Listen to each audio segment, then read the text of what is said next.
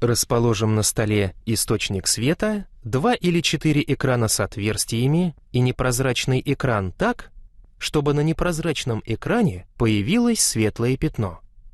Это возможно в том случае, если свет пройдет через отверстия во всех экранах. Если затем к отверстиям приложить линейку, то можно заметить, что они лежат на одной прямой. Если один из экранов с отверстием сместить, то светлое пятно исчезнет. В этом случае отверстия не будут лежать на одной прямой.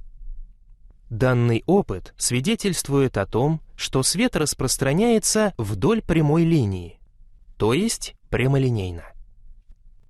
Явление прямолинейного распространения света широко используется на практике.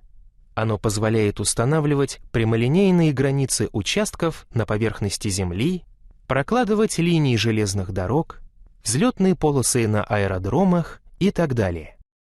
Если поставить шесты так, чтобы, глядя на крайний из них, остальные не были видны, и соединить линии основания шестов, то эта линия будет прямая.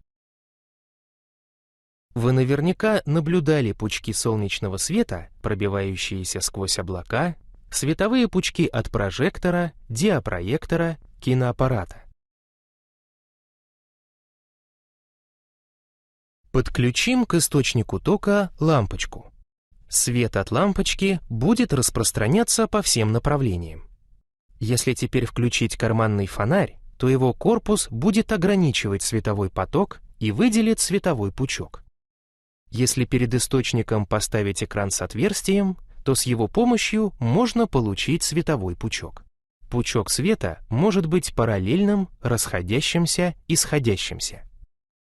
Расходящийся или сходящийся световой пучок можно изобразить с помощью двух лучей SA и SC, ограничивающих его.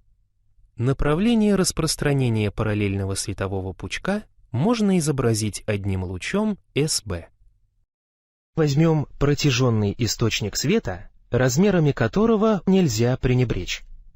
Он имеет определенные размеры, и каждая его часть испускает пучок света.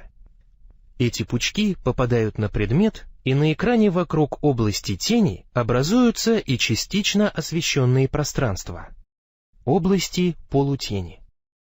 Полутень — это область, в которую попадает свет от части источника света.